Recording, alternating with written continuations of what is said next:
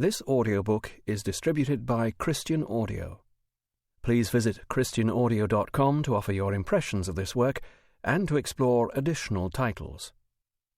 Crossway Audio, a division of Good News Publishers, presents This Present Darkness by Frankie Peretti, read by the author. The college town of Ashton had always been a simple, unassuming sort of place, never regarded as a locale for distressing occurrences or jarring changes, until one perilous summer when spirits good and evil gathered, and long-hidden, long-brewing spiritual violence suddenly erupted from the realm of the invisible into the realm of people and events.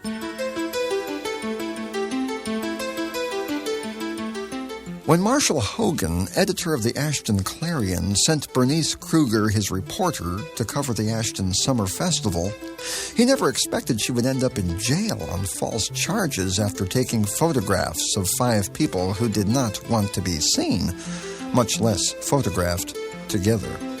A local minister, a college professor, and the chief of police meeting secretly behind a carnival booth with 2 out-of-town strangers. When Marshall bailed her out the next day, she was furious, but also suspicious, convinced that the arrest was staged in order to seize her camera and destroy her film. She just couldn't say why. Marshall met with the chief of police, Alf Brummel, intent upon getting an explanation and an apology, but Brummel denied knowing anything about the false arrest and insisted he hadn't been at the carnival at all. Marshall was not the kind to accept such a flat contradiction, but strangely, as if Brummel had some mysterious hypnotic power over him, Marshall went away from the meeting believing Brummel, somehow lulled into a stupid complacency and willing to let the whole thing slide. In the meantime, Hank Bush, pastor of the Ashton Community Church, was trying to figure out who'd spray-painted an obscenity on the front of his house. This was only the most recent in a long chain of harassments and attacks he'd been receiving. Factions within his church were working aggressively to drive him out, while unknown enemies were taking every opportunity they could find to smear and intimidate him. Though he and his wife Mary had all kinds of theories, they really didn't know why this was happening to them. Marshall, still dazed by his meeting with Chief of Police Brummel, was ready to dismiss Bernice Kruger's suspicions altogether until he had a chilling confrontation with Professor Julene Langstratt. He'd gone to the college to pick up his daughter Sandy and tried to sit in on Sandy's last class for the day, taught by the beautiful but strangely sinister professor. Immediately, as if by psychic radar, the professor spotted him, seemed to know who he was, and ordered him out of the room. The moment was awkward. Sandy was embarrassed, Marshall was enraged, and after the class dismissed, they had harsh words for each other as the long feud between them broke out again. But this awoke Marshall from his stupor, and he took note of that strange event, especially the diabolical look in the professor's eyes. Maybe Bernice was right. Something suspicious was going on between Alf Brummel, Professor Langstratt, and Marshall's own pastor, Oliver Young. Later that day, 2 large men appeared outside the Ashton Community Church. One was dark and wiry, the other bearded and massive. They were dressed in tan fatigues and carried swords at their sides. "The others are waiting inside," said Driscoll, the wiry one. "Lead on," said Gilo. Quick as a thought, they passed through the walls of the church and found several more large, sword-bearing figures like themselves gathered in the sanctuary. Some sitting in the pews, others standing around the platform, still others acting as sentries, looking cautiously out the windows. "Welcome, Gilo, the strength of many." The greeting came from none other than Tal, the captain of the host of the Lord. It was strange to see such a mighty warrior, tall and glorious, with golden hair, ruddy complexion, and fiery golden eyes, standing in this humble place. "Greetings, my captain." Tal's expression was grim. "It's a serious business that brings us together, old friend." Gilo had already read that fact in the faces around him. 23 warriors? The very best, gathered now as though under siege, cowering in a flimsy fortress from a dreaded enemy? With a dramatic flair, he drew his sword and cradled the blade in his free hand. "Captain Tal, who is this enemy?" "Rafar, the Prince of Babylon." I know you speak the truth, but would such as Rafar come to this place? He is a prince of nations, not mere hamlets. What is this place? What interest could he possibly have in it? "We don't know, but something's in the making, and the Lord God wants us here to confront whatever it is." "Confront it, Captain? But Driscoll has told me that we are not to fight, we are not to resist, and this by your order." "There can be no confrontations, not yet. We're too few, and the saints are not yet praying." Just then a lawnmower roared by outside. Tal guided their attention to the young man pushing it. "This is Hank Bush, pastor of the church. Hearing his prayers, the Lord called us here. Hank Bush is a man of prayer, something the enemy fears. He's one of the last." "If not the last," lamented a warrior. "No, Creone, he's not alone. There's still a remnant of believers in this town. There's always a remnant. Driscoll, I'll hear news of Marshal Hogan. I've been following him closely. Right now he's being hounded by a demon of complacency and despair. Could be he's beginning to stir. They're trying to hold him back. I expect Rafar to take power here by nightfall. No doubt he'll immediately search out his greatest obstacle and try to remove it." "Ah," said Gilo. "These two men, Marshal Hogan and Hank Bush. Creone, Driscoll, select 4 warriors and watch over Hank. Don't let his life be touched, but aside from that, prevent nothing.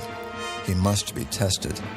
As for Marshal Hogan, Rafar will give his demons incredible license with him, and he could collapse or, as we all hope, fight back. Gilo, select some warriors. We'll watch care over him tonight and see how he responds. The rest of you, seek out the remnant." Tal drew his sword and held it high. The others did the same, and a forest of shining blades appeared. "For the saints of God, and for the Lamb!" And every warrior echoed, "For the saints of God, and for the Lamb!" Complacency, an impish little demon, unfurled his wings and drifted into Stewart Hall on the Whitmore College campus, sinking down through the main floor to the gloomy basement where the other spirits had gathered, where many pairs of yellow cat eyes glared at him and grotesque apparitions carried on their hushed, gargling conversations. Complacency sought out Lucius, the Prince of Ashton, an imposing demon who held the highest position of all. "My prince, I must have a word with you." Lucius' eyes narrowed. "Why aren't you with Hogan?" "I must speak with you. You're making a mistake. You're stalking Hogan's daughter, and..." Lucius gave Complacency a blow that sent him tumbling across the room. "You dare to accuse your prince of a mistake? You know your duty. Perform it!" I was. Hogan was nothing to fear at all. A slug, a lump of clay. I could have held him forever." "So do it!" "Prince Lucius, please hear me. Give him no enemy, no need to fight. Withdraw from his daughter." Lucius sneered at him. "Shall we send someone else to hold Hogan in check?" Complacency had no answer, but added another note of concern. "I saw messengers of the living God today." That only brought laughter from the group. "Are you becoming that timid, Complacency?" Lucius kicked him. "We control this town, and we roam it freely, without fear of attack. You listless, limp little bungler! To fear is to fail!" Then it happened. Suddenly, A violent, boiling cloud of evil thundered into the room, sweeping the demons along like so much debris in a raging tide, tumbling, screaming, wrapping their wings tightly around themselves in terror. All except for Lucius. Out of that cloud, a monstrous spirit had appeared and now held Lucius by the throat, shaking him like a rag doll. A voice gargled up from deep within the spirit's torso and sprayed out in clouds of fiery red vapor. You who have no fear, are you now afraid? It hurled Lucius across the room to join the others, then stood there like a mountain, wielding a deadly S-curved sword, its bared fangs glistening, its leathery wings filling the room. For an eternity it studied them with sinister, smoldering eyes. Lucius, you will announce me on your feet. Lucius' voice quivered despite every effort. Baal Rafar, the Prince of Babylon. They all leaped to their feet, partly out of respect, mostly out of fear of Rafar's sword. Lucius, you will stand with the others. I am here, and only one prince is needed. But Lucius became indignant. You have not asked me to yield my place. Rafar's sword flashed. Lucius screamed in pain and coiled into a twisted knot on the floor. Rafar leaned over him. Do you wish to challenge me for my position? Answer! No, I yield. Get up. Lucius struggled to his feet and Rafar stood him with the others. Listen well, all of you. Lucius is a liar and a worm and is not to be heeded. I say to you, fear the hosts of heaven, as they are ignored, as they are given place, so they shall overcome you. Tell me, deposed prince, how stands the town of Ashton? Is it ready? Yes, Baal Rafar. Oh, then you have taken care of this praying bush and this sleeping troublemaker, Hogan. Lucius was silent. You have not.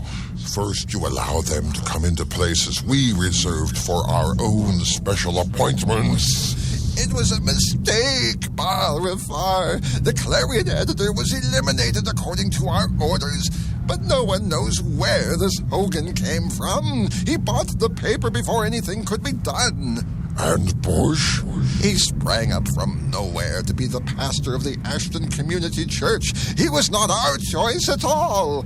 A long, foul sigh hissed out through Rafar's fangs.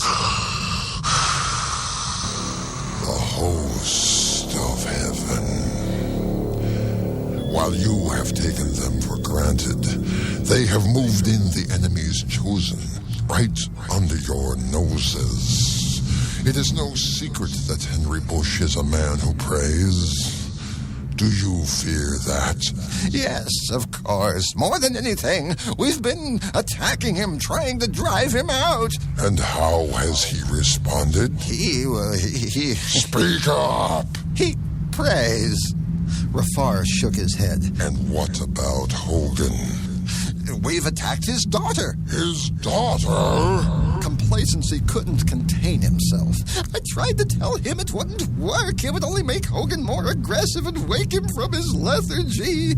Lucius blurted, sometimes a direct attack is not wise, so we found a weakness in his daughter and felt we could divert his energies toward her, perhaps destroy him at home and disintegrate his family. It was at least a start. It will fail, Complacency cried. He was harmless until they tampered with his sense of well-being and comfort. Now I fear I won't be able to hold him back. He's gonna... I do not want Hogan held back. I want him destroyed. Yes, take his daughter. Take anything that can be corrupted. As for this man of God who has sprung up, I'm sure an adequate trap can be laid. But concerning the host of heaven, how strong are they? Not strong at all, Lucius answered boldly. But cunning enough to make you think they are weak. A fatal mistake, Lucius. He addressed all of them. No longer take the enemy for granted. Watch him. Count his numbers. Know his whereabouts, his skill, his name. Our Lord has very important plans for this town. He has sent me to fulfill them. And that is enough to draw the very hordes of heaven down upon our heads. Be fearful of that. And as for these 2 thorns in our hoof, the newspaper man and the man of God, tonight we will see what they are made of.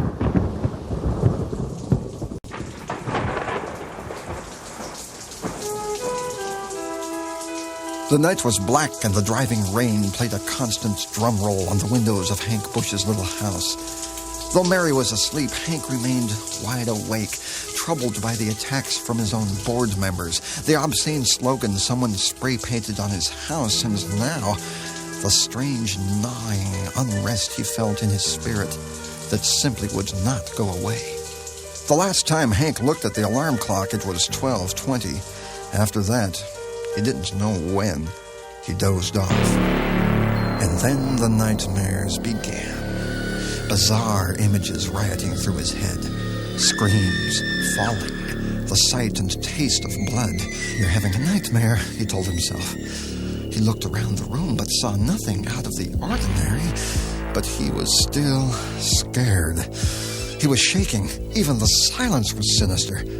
What was that? A creaking noise. Footsteps? No, he told himself, just the wind against the windows. Another noise, this time a quiet rustling. Come on, Hart, quiet down so I can hear. Marshall had the same kind of dreams, and now he awoke to the same heart-pounding fear. Voices. It sounded like voices somewhere. Sandy? Maybe a radio. Yeah, but who knows, he thought to himself. He went to the closet for a baseball bat, then peered up and down the hallway. No lights on, no flashlight beams playing about. But his guts were doing a square dance under his ribs, and there had to be a reason. He gripped the bat tightly and moved down the hall, staying close to the wall. He checked Sandy's room. Her bed had been slept in, but now the covers were thrown back. The room was in disarray. She was gone. He moved into the living room and suddenly felt he was sharing a dark closet with several hundred vipers. Hogan, either you've lost a screw or you're in big, big trouble. There had to be somebody or something in the house. He couldn't hear it or see it, but he knew it was there. Outside the house, Tal and his company watched as at least 40 demons played havoc with Marshall's mind and spirit. They swooped like deadly black swallows in and out of the house, around and around Marshall, screaming taunts and blasphemies, playing on his fears. Hilo's sword slipped with a metallic ring from its sheath, but Tal's strong arm held him back. Please, Captain, never before have I only watched this happen. Bridle yourself, dear warrior. I will strike them only once. Forbear, forbear. He must go through it. Hank had the lights on in his house, but the rooms still seemed oppressively dark, the shadows deep. He could feel a wind moving through the house like hot, sticky breathing. His first step into the living room was like falling into a black well of terror. The hairs on his neck bristled. His lips spilled out a frantic prayer. He went down, his body slamming into the floor. Like a trapped animal, he struggled under an unseen, crushing weight, his arms and legs smacking into furniture, knocking things over. In Jesus' name, let me go! The crushing weight lifted. Hank filled his lungs with air. The struggle was over, but the terror was still there, the black, sinister presence.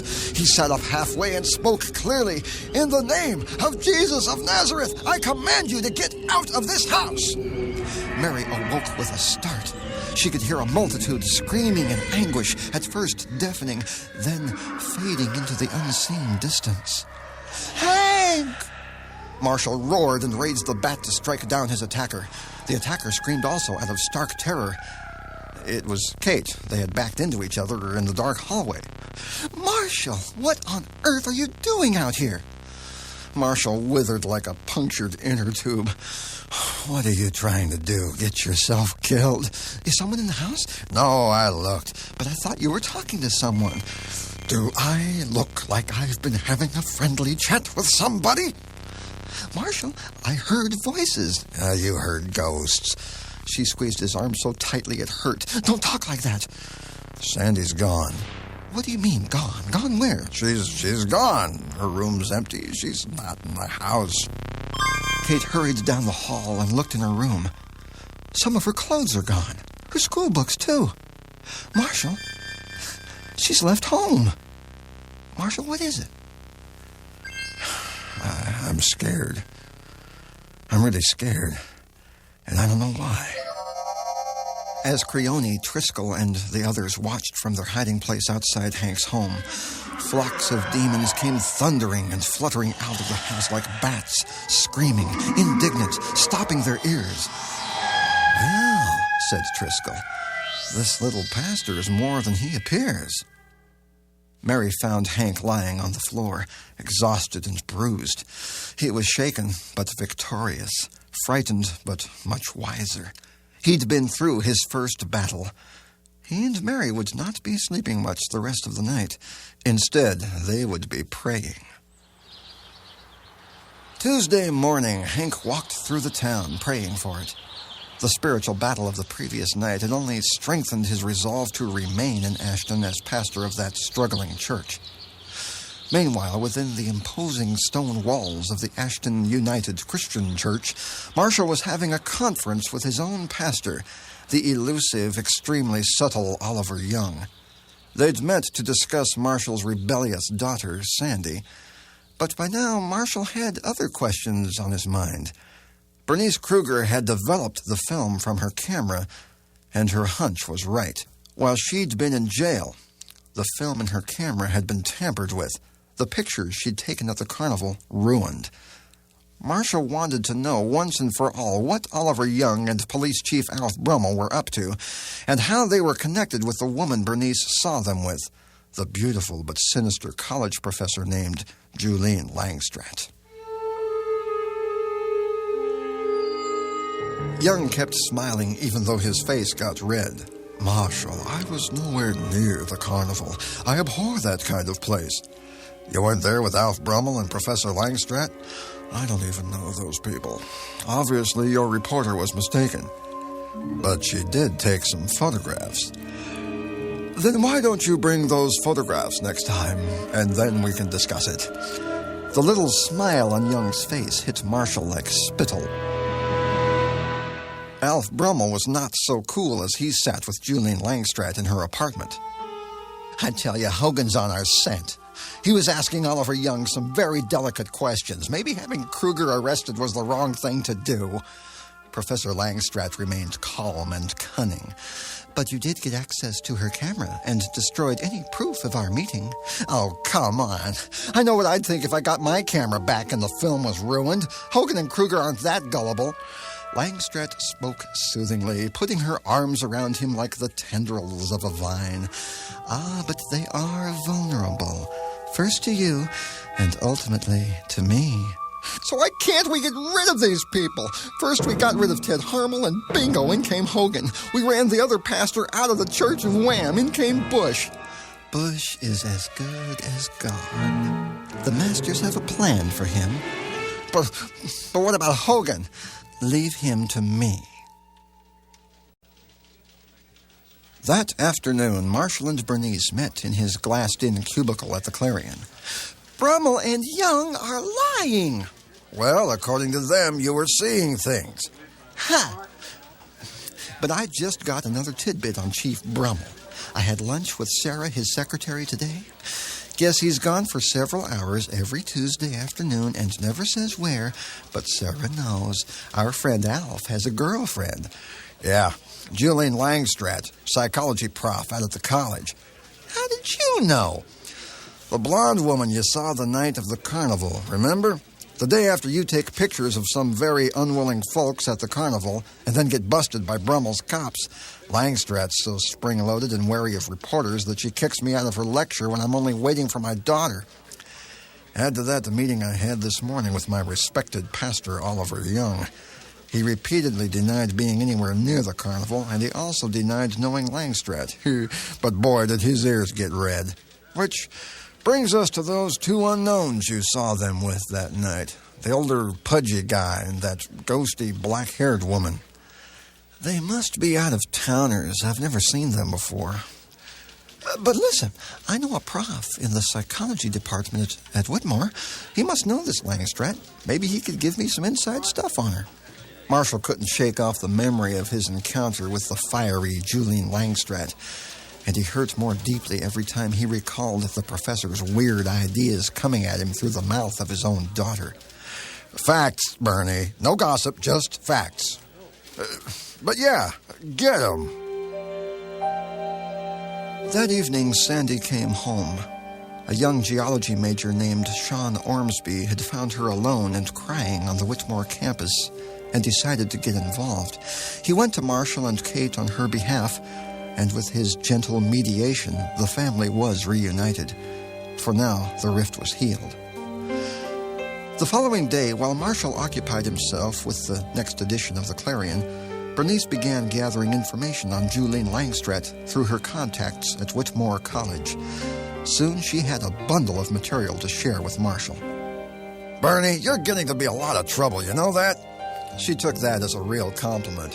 Have you seen that list of elective courses Langstratt is teaching? I'm sure Sandy knows all about it. But what in blazes is all this stuff? Introduction to God and Goddess consciousness, the divinity of man, witch, warlock, how do spells and rituals work? You gotta be kidding. And just think, VIPs from all over town are having consulting sessions with Langstratt on a regular basis. Police Chief Brummel, for one. Every Tuesday, like clockwork. But look at this list of names I got. 2 of the college regents, the owner of the college land, the county comptroller, the district judge, and Oliver Young. Respected, revered, influential, community-conscious Oliver Young. Yeah, I thought he had a religion all his own. Religion I don't care about. Lies and cover-ups I do. Well, he lied all right. He told me right to my face he didn't know Langstratt. But what we need now is some corroboration. Well, there's one other person on this list. Ted Harmel, the former editor of the Ashton Clarion and alleged child molester.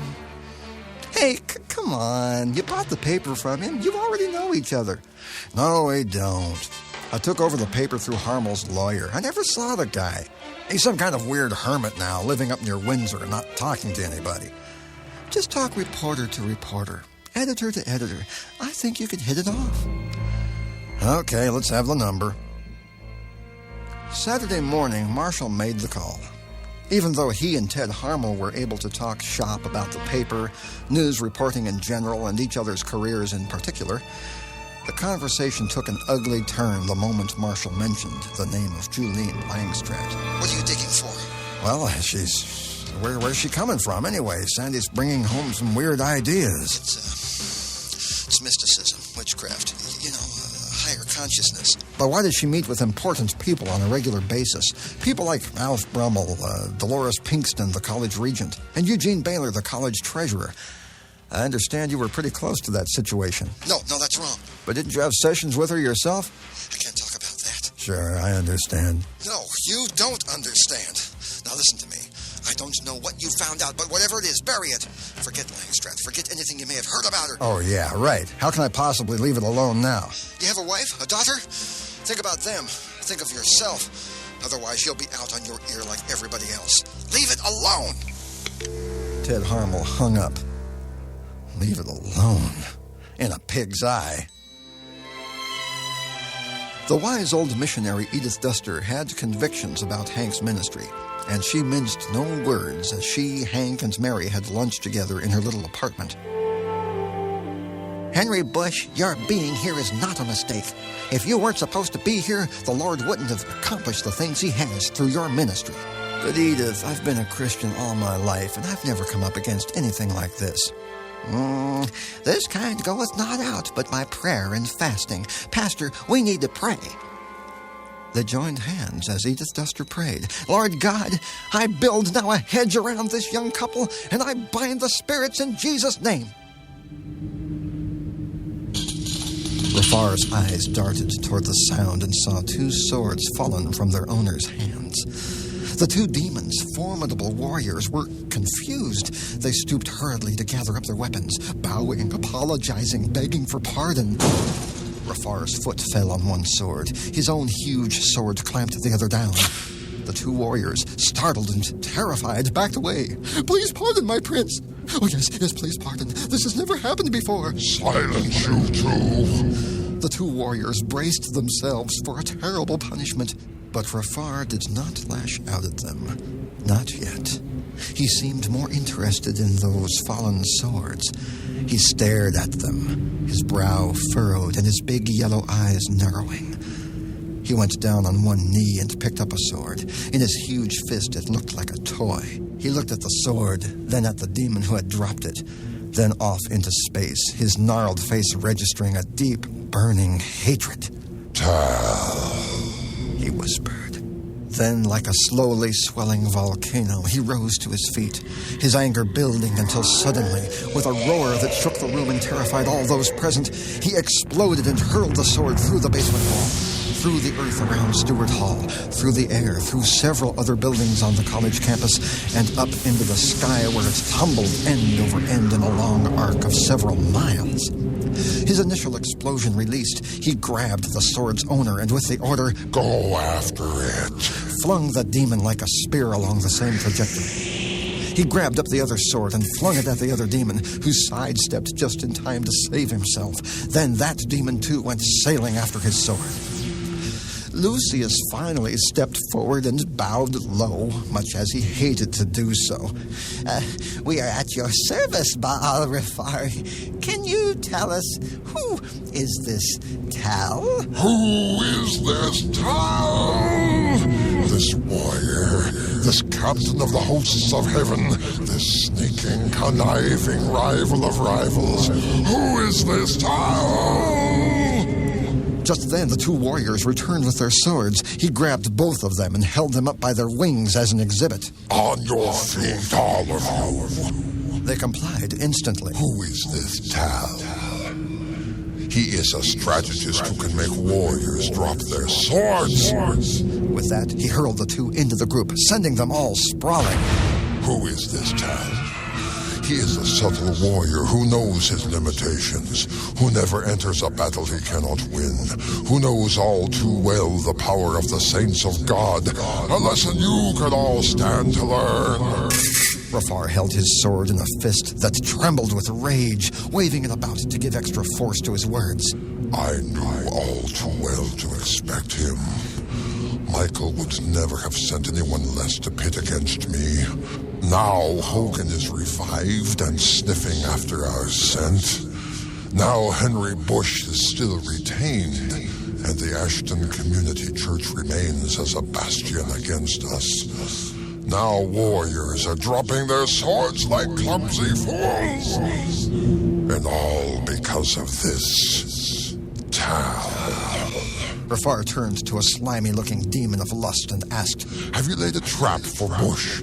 Oh, yes, Baal Rafar. He looked at the demon, Strife. What have you done to destroy Marshal Hogan?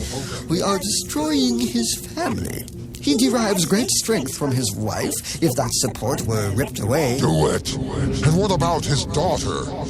Deception stepped forward. She is already in our hands.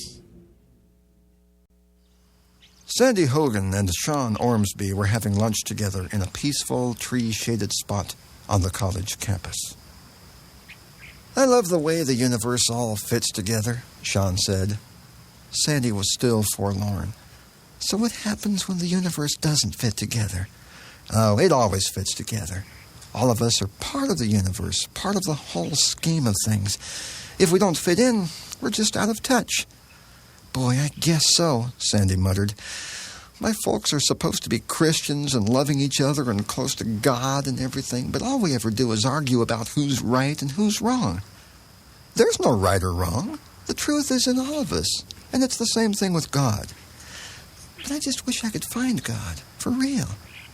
Sean looked at her comfortingly and touched her hand. Hey, no problem. We're all a part of him. Huh? Sandy, the whole universe is one essence. Us, the earth, God, everything. So actually, you're God yourself. So you don't have to worry about finding the truth. The truth is already within you. You're a part of it. You're a part of God. Once you realize that, everything else will fall right into place. He smiled and squeezed her hand encouragingly. At the same time, with gentle combing motions of his talons, Deception stood behind Sandy, stroking her red hair and speaking sweet words of comfort to her mind. Right after Marshall's call to Ted Harmel, Bernice's phone nearly jumped off the wall. Marshall didn't ask her. He told her, "Be at the office tonight at 7. We've got work to do." In the back room, Marshall and Bernice paged through old issues of the Clarion, trying to find out why Ted Harmel got run out of town. They learned he'd been accused of molesting Marla Jarrett, 12-year-old daughter of Adam Jarrett, one of the college regents. As Marshall and Bernice flipped through papers, they came across an interesting item. Eldon Strawn, the college dean, had called for an audit. He suggested that the college could be millions of dollars in arrears. The college regents, including Treasurer Eugene Baylor, blocked that. Eldon Strawn was fired. Then, by accident, Marshall uncovered a news item dated clear back in January and was surprised to learn that Bernice had a sister at one time. Marshall, you may as well know everything about it. I've never been able to resolve it in my mind, so it might come up again. Bernice tried to remain unemotional and detached as she dug out all the news stories for Marshall to read. Patricia Elizabeth Kruger, age 19, had been found in a dorm room at Whitmore College, naked and dead, her throat slashed. There was no sign of a struggle. There were no witnesses. Ultimately, the authorities ruled her death a suicide. I checked the dorm layout, the room where she died, the roster for the names of every girl living in that building. I talked to all of them. I checked the police reports, the coroner's report. I went through all of Pat's personal effects. I tried to track down Pat's roommate, but she'd left. I still can't remember her name. I only met her once when I was here for a visit. It just doesn't make sense. Marshall put his arm around her shoulders. Listen, you don't have to carry this whole thing by yourself. If I could just be more objective about it. You're doing fine, Bernie. Just hang in there. Under the careful watch of Tal's warriors, the remnant of praying believers continued to gather around Hank Bush, and the little church began to grow. Soon Tal would have the prayer support he needed. A few states away, in a secluded valley rimmed by high mountains, an old ranch had been expanded into a complex of stone and brick buildings which now housed a small dormitory, an expansive office, a dining hall, a maintenance building, a clinic, and several private dwellings. In the spirit realm, the ranch looked like a hive of hideous black insects. Layer upon layer of ruthless demonic warriors hovered in a vast dome of defense around and above it. This was the lair of the Strong Man, a vicious global tyrant intimate with Lucifer himself. Baal-Raphar, the Prince of Babylon, came the announcement, and monstrous demons all around the Strong Man's throne bowed in respect as Raphar entered the Strong Man's chamber. The Strong Man never wasted words. Shall we be detained again? The errors of Prince Lucius are being corrected. The new resistance is failing, my lord. Soon the town will be ready. And what of the host of heaven? Limited. Limited? I hear reports of a mighty captain of the host being sent to Ashton. I believe you know him. I believe it is Tal. But I am prepared for him. The Strong Man's big, velvet-draped eyes burned with fury. Is it not this Tal who vanquished you at the fall of Babylon? Rafar knew he must answer. It is this, Tal. Then the delays have cost us our advantage. You have now been matched strength for strength. My lord, you will see what your servant can do. Bold words, Rafar. But what of the man of God and the newspaper man? They are powerless, my lord, and will soon be removed. Only if Tal is removed, let me see it before you bother me with boasting about it. Until then, we remain confined here. Rafar, I will not wait long. You have your orders. Be gone. Rafar bowed low, and with an unfurling of his wings, he quietly rose through the house until he was outside. Then, with a burst of rage, he swooped upward, sending unexpected demons tumbling out of the way. Tal. The very name was bitterness on his tongue. The lords of Lucifer would never let him forget that defeat so long ago. Never. Until the day when Rafar redeemed his honor. And indeed he would. It was only a matter of time. Marshall became obsessed with his investigation, and the strain it put on his family was just what Rafar's demons wanted. He began working late, missing dinners and evenings with his family, neglecting Kate, and all at a very crucial time for Sandy. Something was happening to her. She was changing, growing more distant, and Kate suspected that Sean and Professor Langstratt had a lot to do with it. Former college dean Eldon Strawn agreed to meet with Marshall and Bernice at his small farm an hour away from Ashton. Marshall consulted his notes. What about the college funds? Just what is the problem as you see it? Bankruptcy. Funds going out in all directions for years, but none coming in, and all of it juggled, covered up. I talked to Eugene Baylor, the secretary-treasurer, but he wouldn't give me any straight answers. That's when I asked an accountant friend of mine to snoop around the accounting office and find out what was going on. He did. Bernice asked, "Can we have his name?" "Ernie Johnson. I'm afraid he's dead." Well, what about records? Did he leave anything written down? If he did, those records are lost. Why do you think I've remained silent? All right. So just how does our kind Professor Langstratt fit into all this? She's a guiding force behind it all, but she doesn't hold the ultimate power. Someone else higher up is controlling her. But you've no idea who? No.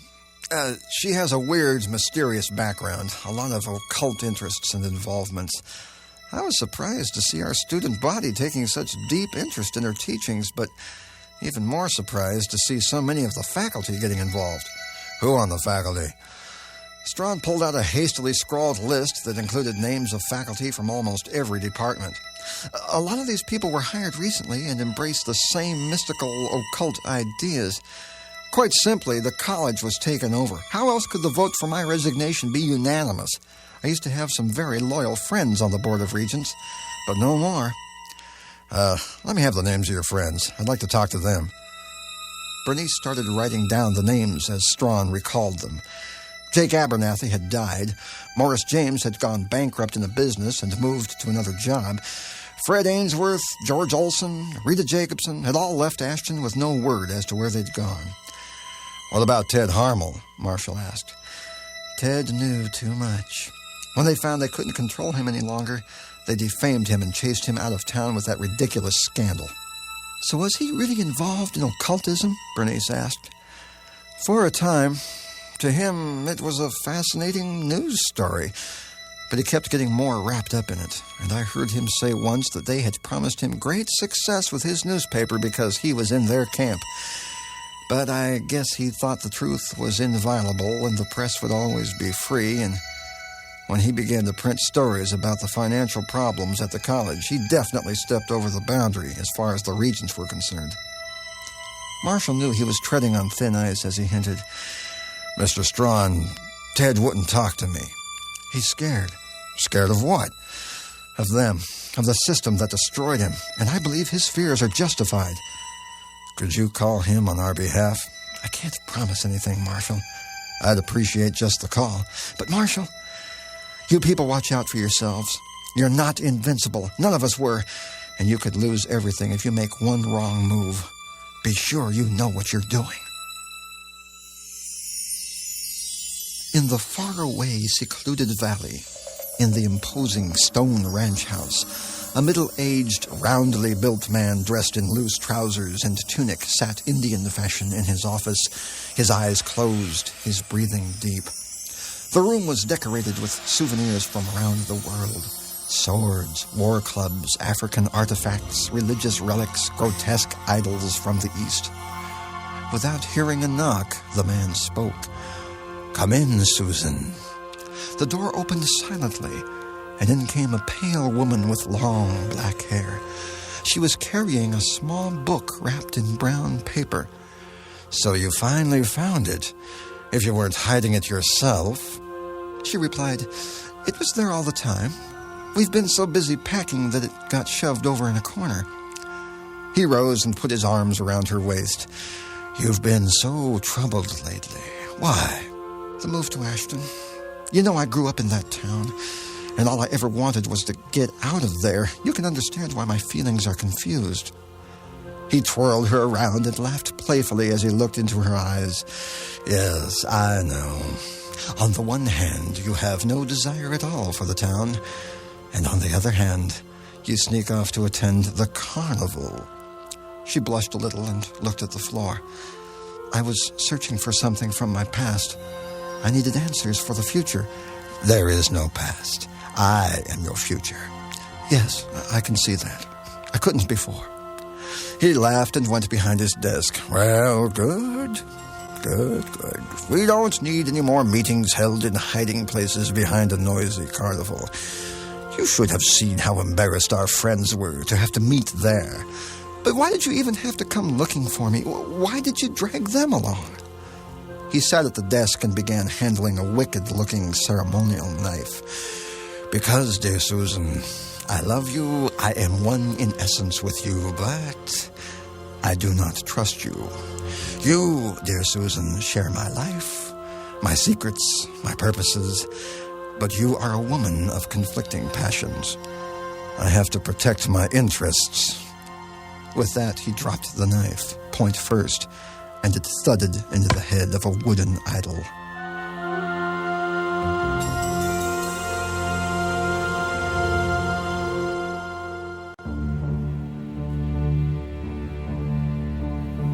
High above the valley, two figures concealed themselves. One was a silver-haired general of the heavenly host. The other was Tal. "The strong man," said the general. "Rafar had business here only days ago." Tal peered into the valley. The swarms of black demons were too numerous to estimate. And Susan is right in the middle of it. She's dangerously close to the strong man. The prayers of the remnant have blinded the demonic powers around her, but it will buy you time and little more. Tal grimaced. "We could never break through to her. We can barely hold the town of Ashton, much less take on the strong man directly. And you can expect this buildup to worsen. Their numbers increase tenfold each day. And Tal, she knows about the suicide." Grim news. I understand she and Patricia Kruger were very close. The general nodded. "It jolted her, and the Lord was able to speak to her heart.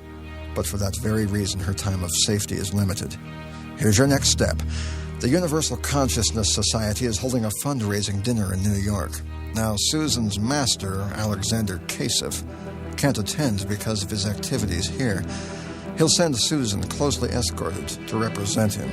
This will be the one time she'll be out from under the strongman's demonic cover. She'll try to get away during that time and make contact with one remaining friend on the outside, who can in turn contact your newspaper man. You must make sure she succeeds." "And who is this friend?" Tal asked. "His name is Kevin Weed, a former classmate and boyfriend." Tal spread his wings. "I have some more prayer cover to gather in. Godspeed, dear Captain." As Marshall and Bernice drove back toward Ashton, Nathan and Armot, their angelic escorts, caused them to have car trouble in the small town of Baker. While Marshall consulted a mechanic, Bernice chanced to meet an old acquaintance in the nearby Evergreen Tavern, Kevin Weed, now a half-drunk, semi-employed logger, and the former boyfriend of Patricia Kruger's old roommate, Susan Jacobson. To Bernice's stunned surprise, he had seen Susan Jacobson just recently at the carnival in Ashton. She didn't talk to me for very long. She was in a hurry. Had to meet her new boyfriend or something. She wanted my phone number, and that was about it. Kevin, I've got to talk to her. She might know something about my sister's death. Yeah, I talked to her boyfriend, that fat little geezer with all the bucks. A hunch ran through Bernice's mind. Kevin, what did Susan look like that night? Foxy. Long black hair, black dress, sexy shades. What about her boyfriend? Pudgy wimp from Fat City. It had to be his money. That's why Susan latched onto him. Bernice and Kevin exchanged phone numbers. Immediately afterward, Marshall's car started right up, the engine trouble mysteriously gone. Overhead, Nathan sheathed his sword, his temporary sabotage completed. In New York, Tal and Gilo located the posh hotel where the Universal Consciousness Society would be holding its grand fundraiser. Dignitaries representing many nations of the world were gathering, as were myriads of evil spirits. Susan Jacobson was there, out from under the demonic cloud, but closely guarded by 2 burly escorts. That evening, while Gilo acted as a decoy to lure away the demonic guards, Tal helped Susan sneak away from the hotel and contact her old boyfriend, Kevin Weed, from a phone booth. He was startled and confused to hear from her, but finally agreed to go to Bernice and Marshall at the Clarion and tell them everything he knew about Susan and Alexander Kasich. Then, with split-second timing, Tal and Gilo smuggled Susan back into the hotel before the people or demons guarding her could discover she'd been missing. The next day, the Clarion office was recovering the efficiency Marshall wanted, and the new secretary, Carmen, had a lot to do with it. Marshall passed her desk just outside his office and gave her some praise for her good work before going inside to talk with an important visitor. Kevin Weed was sober but a bit dazed. Marshall prompted, Now let me get this straight. You used to be the male acquaintance of this Susan, and she used to be the roommate of Pat Kruger, Bernice's sister. Yeah, that's right. Bernice added, and she was the ghosty-looking woman I photographed that night. The descriptions matched perfectly, even down to the chubby man who was with her. So let's talk about this chubby man. Weed told them everything he could remember. The man's name was Kasich, although Weed could only remember the first name starting with an A. He was some kind of wealthy tycoon from New York, apparently in Ashton looking for property to buy. Oh, and Susan said he's trying to take over the town. He's into weird stuff, like a witch doctor. He got Susan into all that stuff. He and that professor lady at the college. Langstrat? Yeah, that was it. Kasich and the prof were teaching night classes together, and Susan took the classes and got real crazy. I mean, way out in space somewhere. And then she got the hots for Kasich, and he took her. He owns her now. She's history. But then Susan called you. Yeah, she wants me to be the go-between, to tip you guys off. She thinks your phone might be bugged. So what do you remember about Pat? Pat and Susan were friends until Susan got all weird. They never hit it off after that. So did Kasich and Langstrat consider Pat Kruger an enemy? Yeah, Pat did stick her neck out, telling Susan she was brainwashed and Kasich was a creep. Pat told me she was going to check the whole thing out, and I think she even went to see Prof. Langstrat a few times. I think Langstrat put a whammy on her. Next time I saw her, she was all spacey like Susan used to get, and talking about her instructor, some new guy she was going with. She told me to butt out, so I did. Bernice asked, You say she looked spacey? Like Susan? Yeah, just like Susan. When? When did you see her like that? Just a little while before they found her dead. This new guy she was going with, did she ever say his name? Thomas. Some guy named Thomas. But he must have been a pretty weird dude. One minute she'd be talking like he was the greatest, and then the next minute she'd be hiding out and saying he was following her. No last name? No. Bernice got up and headed for the door. I think we have a college roster somewhere. When she returned, she had a message for Marshall. "You've got a call, and it sounds urgent. Kevin, let's go through this roster. Maybe we can find Thomas's full name." Weed stepped into the front office with Bernice as Marshall picked up the phone. "Hogan." Hogan, this is Ted Harmel. Eldon Strawn called me. I'll give you one interview. Bernice was just saying goodbye to Weed when Marshall came out of his office. He filled her in. He would be meeting with Harmel tomorrow. Meanwhile, check the New York phone book. "I did. No A case if listed." Scratch that one. Next, check around the local real estate offices. If Weed's right about this case of looking for property in Ashton, the real estate people might know something about it. In the meantime, I'll call Al Lemley and see what he can find out. All through their meeting with Weed and their following conversation, Carmen, the new secretary, sat at her desk busily working and acting like she hadn't heard a word. The next day, while Bernice checked around the real estate offices, Marshall drove up a crude logging road to meet Ted Harmel out in the middle of thick forest land, far from any listening ears. Harmel was exhausted and frightened. "We never had this meeting. Agreed?" "You've got it." "What do you know about me?" Marshall told him as much as he could recall. "Pretty accurate. But as far as molesting Marla Jared, that was a setup. I don't know who coached her, but somebody got that girl to say all the right things to the police." "So why did it happen, Ted?" "I got too involved. You're right about Julene and the others. It's a whole network of people, and nobody has any secrets. They're working toward what they call a global mind, when everyone in the world will meld into one transcending consciousness.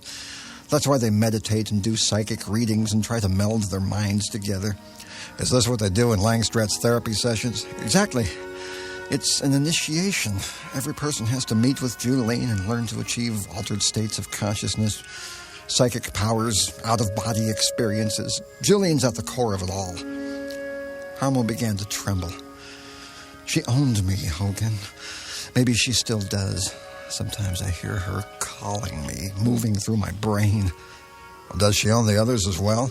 "Yeah, and they won't stop until they own that whole town, and anybody who gets in their way just drops out of sight. They took out Eldon Strawn, then me, then Jefferson." "Who's Jefferson?" "He was the district judge.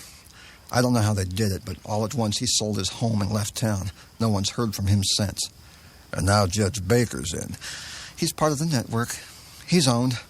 That's why we could strike a deal. I didn't commit any crime. They just wanted me out of town." Marshall took out a pad and pen. "Who else belongs to this bunch?" Harmel looked away. "I can't tell you too much, or they'll trace it back to me. Just check the mayor's office and the town council. See who's new there and who they replaced. Check the county land commissioner, the president of the independent bank, the county comptroller, the regents at the college. Are you religious?" In a limited sense, I suppose." "Well, you're going to need something to fight it. It's spiritual, Hogan. They don't listen to reason or to the law or to any set of morals but their own. They don't believe in God. They are God. I just wanted a story, but I got in too thick with Julene. I let her read my aura, probe my mind. After a while, I could do it myself. Leave my body, go out into space, talk to my instructors." "Instructors? Instructors? Who are they?" Harmel only sat there, trembling, terror etched in his face. "Hogan, I can't tell you. They'll know about it." "But who are they? "Can you at least tell me that?" "I don't even know if they're real. They're just there, that's all. Inner teachers, spirit guides, ascended masters. They're called all kinds of things, but when you get mixed up with Langstratt, you get mixed up with them." "But what are they?" "Beings, entities. You can't hide from them. They're part of the network. They own you, just like Julene owned me. They could have told me to take a gun and shoot myself, and I would have done it. You have to know them to understand what I'm saying." "So what do you know about the college finances?" Eldon was right. The college finances were a mess. I ran a story on it, and Julene came after me. They all did." "What do you know about some guy named Kasif?" "Alexander Kasif. Yeah, go after that. Everybody did Julene's bidding, but she did his." "Was he looking for property around Ashton?" I know he was drooling over the college and had several meetings with Eugene Baylor, the college treasurer. He already owns half the homes and commercial property around town. Then Harmel pulled a ragged manila envelope from under his jacket. And take this off my hands, will you? What is it? I suppose Eldon told you about his accountant friend, Ernie Johnson. Ernie did some snooping around the college accounting office before he ended up dead. These are his findings.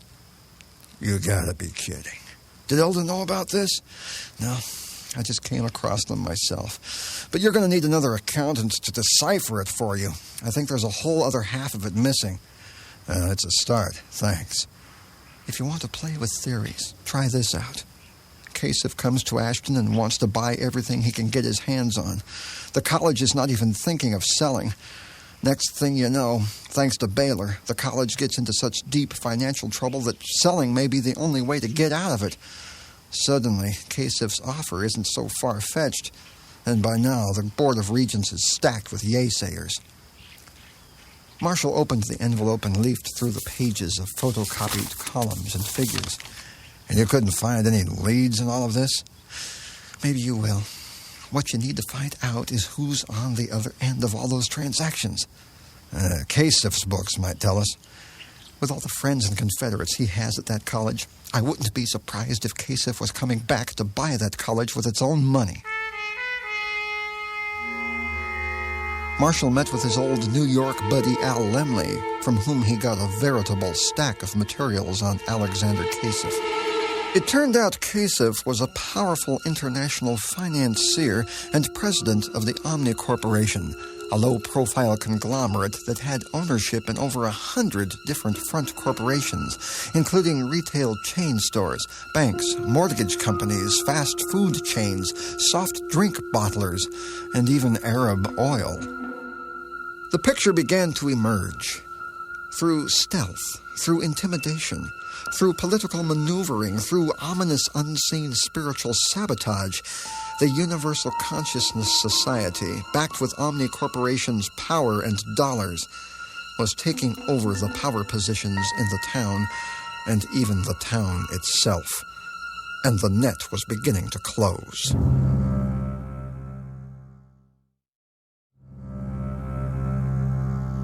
On a hill above the town, Rafar sat in the top of a graying snag like an enormous black vulture, silently waiting.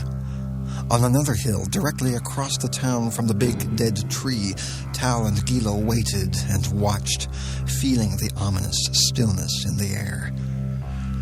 Gila, take a contingent with you, set up watch over the strongman's lair, and wait for my word.